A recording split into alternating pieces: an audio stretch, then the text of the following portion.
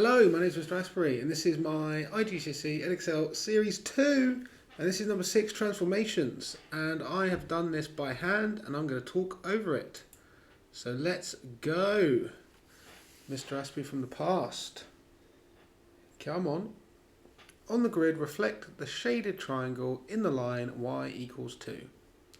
Well, first I've got to draw the line y equals 2, which is the line which has all its coordinates y value equal to 2.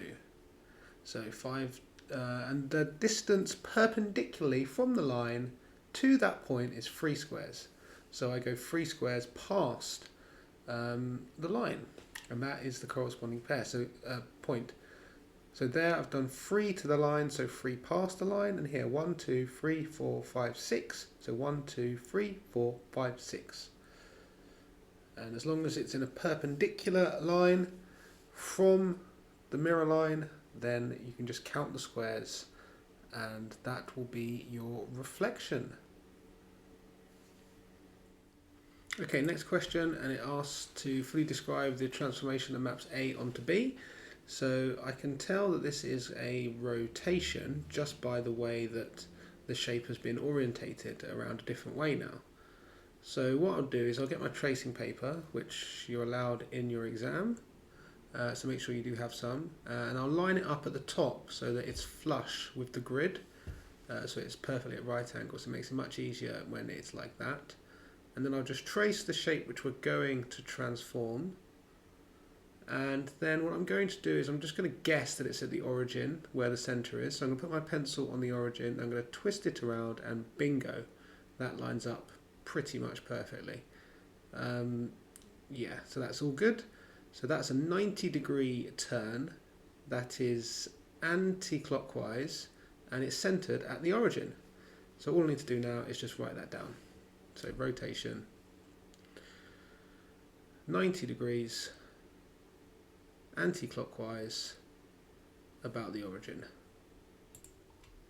There we go. Lovely. Right, next question. Moving along. And this one looks like another described transformation, and again it looks like a rotation because the shape is orientated in a different direction. So bring back the tracing paper.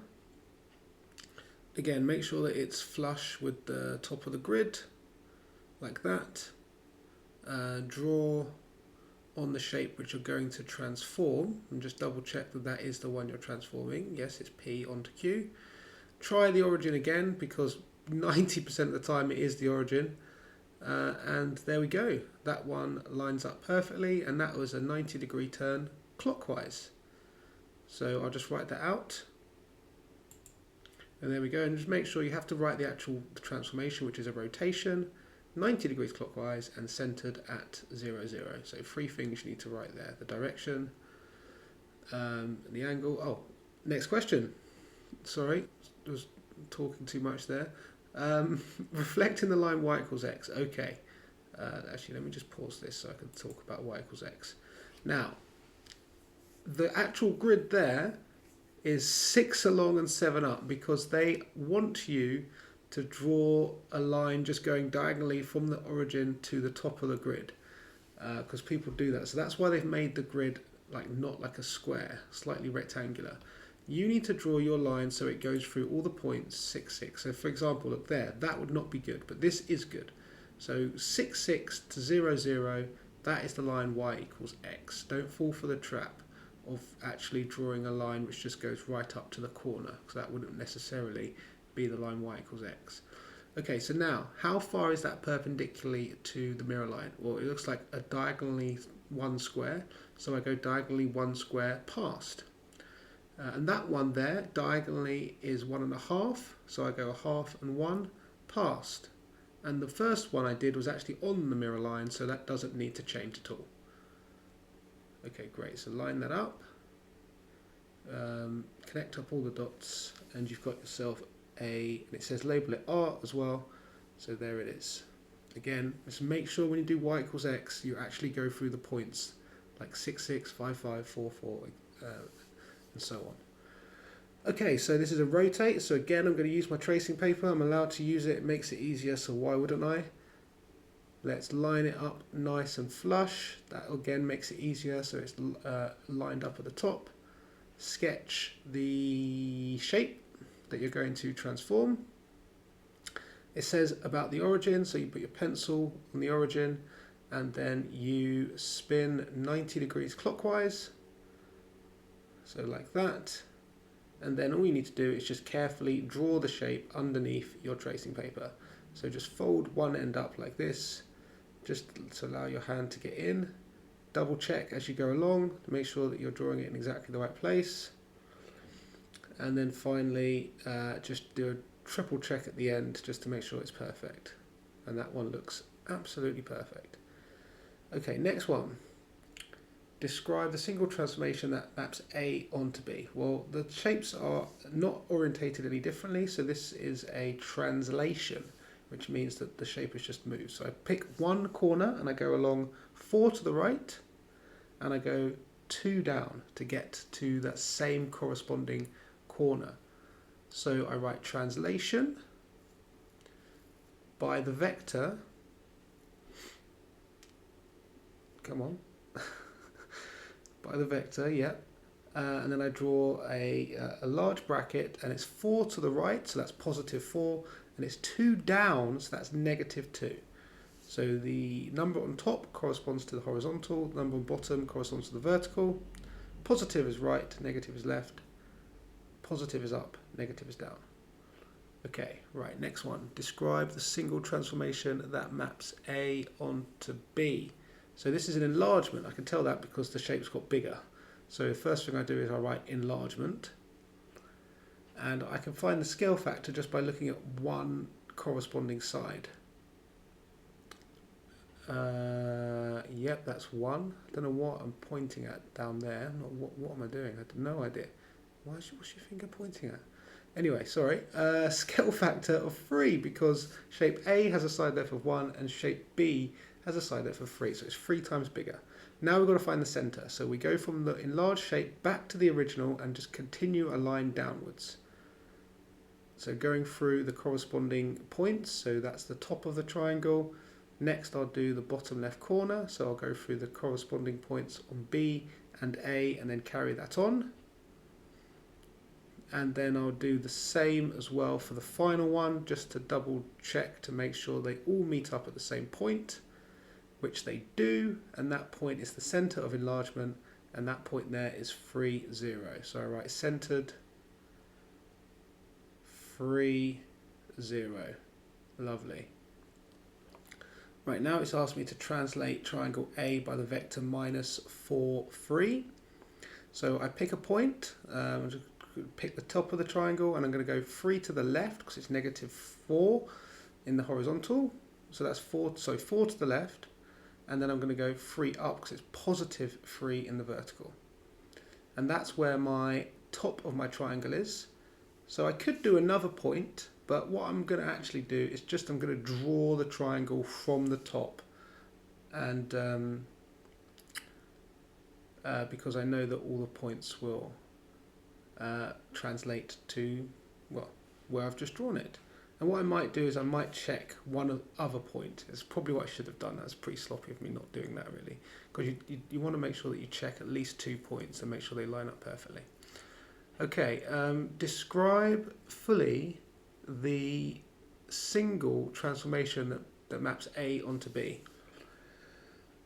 Well, it's a reflection because I just showed my hand there that I've flipped it over, so it looks like it's flipped over, and I've seen that the gap between 2 corresponding points along that horizontal is 6, so half that to make 3. So I draw the line there, which is 3 on one side and 3 squares on the other, and that line is x equals, because vertical lines are x equals, and that is -1 it goes through, so x equals -1. So all you need to do for reflections is just say the word reflection and say the line that it's reflected in. Okay, so now I need to enlarge triangle A centered at 0, 0. So I put my center point there and I count along. How do I get to my first coordinate on that triangle? Well, it's 2 and 1 up. And now scale factor of 2 means I'll need to double that, so it becomes 4 along and 2 up. So I go back to my centre and I go 4 along and 2 up, and that's the point I get to. Okay, how do I get to that point from the centre? Well, it's 2 along and it's 4 up. I need to double that, so that becomes 4 along and 8 up.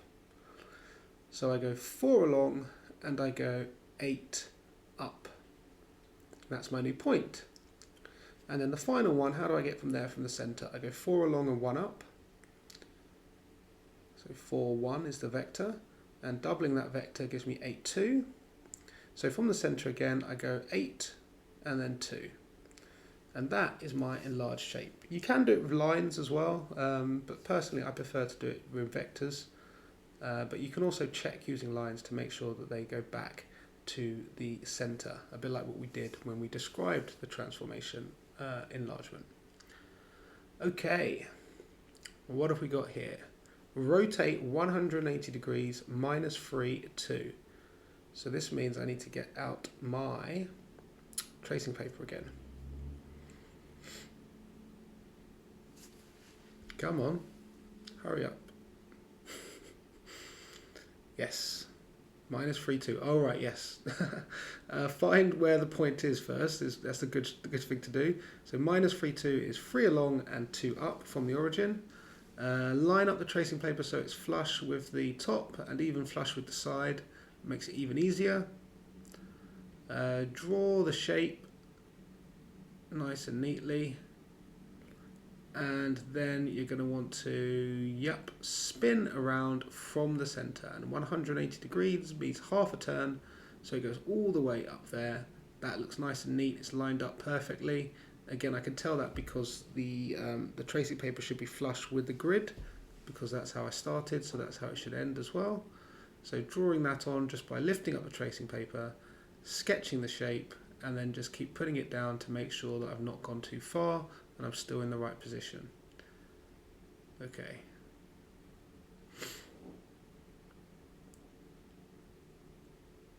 Fantastic. Okay. Next says, on the grid, translate P by the vector 10, 8. Label your new shape R.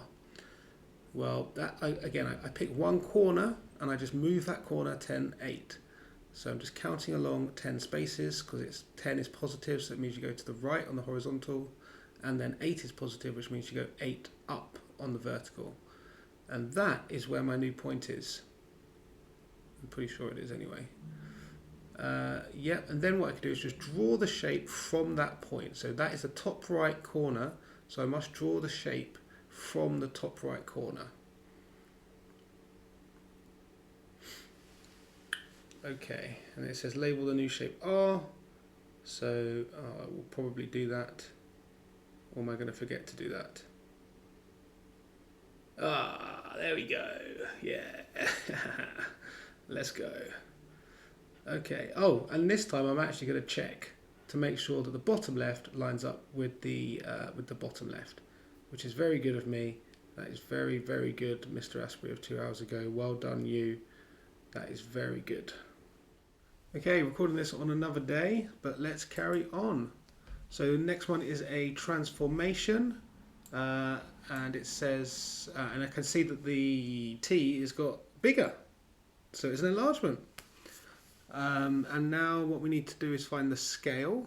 So I look at one side of the triangle, which has a side of 3, and the other side, or the other triangle's corresponding side, is a scale of 6.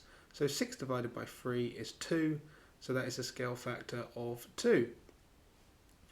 And then finally we need to find the centre. So we do that by drawing lines. So I put my pencil and ruler and I line them up. It says triangle T to U, so I need to go from U back to T to see where the transformation came from. So I draw a nice straight line connecting up the corresponding points from U back to T, and then once more, and then I think I'm satisfied that that's the centre there. I could do the third point if I wanted to double check, but I'm happy that's the centre, and that's minus 3, 3. Fantastic. Okay, Right, it says on the grid translate A by the vector 5, 2. So 5 represents the horizontal, so that means 5 to the right, and 2 represents the vertical, which means 2 up. So I count along 5, and then I count up 2, and I draw a cross there, and that cross represents the vertex of the triangle in the bottom right corner. So I draw the new triangle from the bottom right corner. That's, I think, where most people make a mistake. They only do 1 point and they draw it from a different vertex. And then I just check. So I check the top one is also 5 and 2 to get to the other top one. And it is, so I'm happy. And this one says describe fully the transformation that maps A onto B. So I can see that it's orientated a different way, so it's a rotation. So I can write that down straight away, rotation, but then I need to find the center and the angle of rotation. So I get my tracing paper out. I make sure that it is flush with the top and the corner, like that. And then I can draw my shape, and then I just guess where the center is, basically. I guess at the origin first, and that is not right. So, panic stations. Need to guess a different point. It's literally guesswork. To find the centre, there is a way of doing it, but it's just really complicated and takes too much time. It involves perpendicular lines and bisectors. So it's just best just to guess. So I just guess that one minus 1, 0. And then I guess this one minus 3, 0. And I think, by luck, it happens to be the right one. Yeah, perfect. So that is good for me. I just double check it to make sure that it is right and it looks good. So minus 3, 0, rotate 90 degrees, and that is anti-clockwise, and then all I need to do is just write that down. So 90 degrees, just double checking it's the right way, that is anti-clockwise, and that is centered at minus 3, 0. Perfect.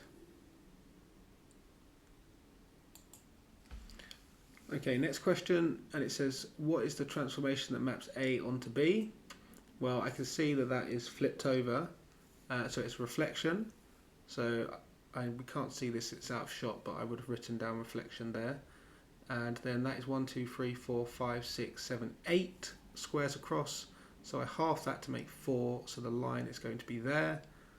And that is the line as a vertical line, and so it's x equals, and that is x equals 1.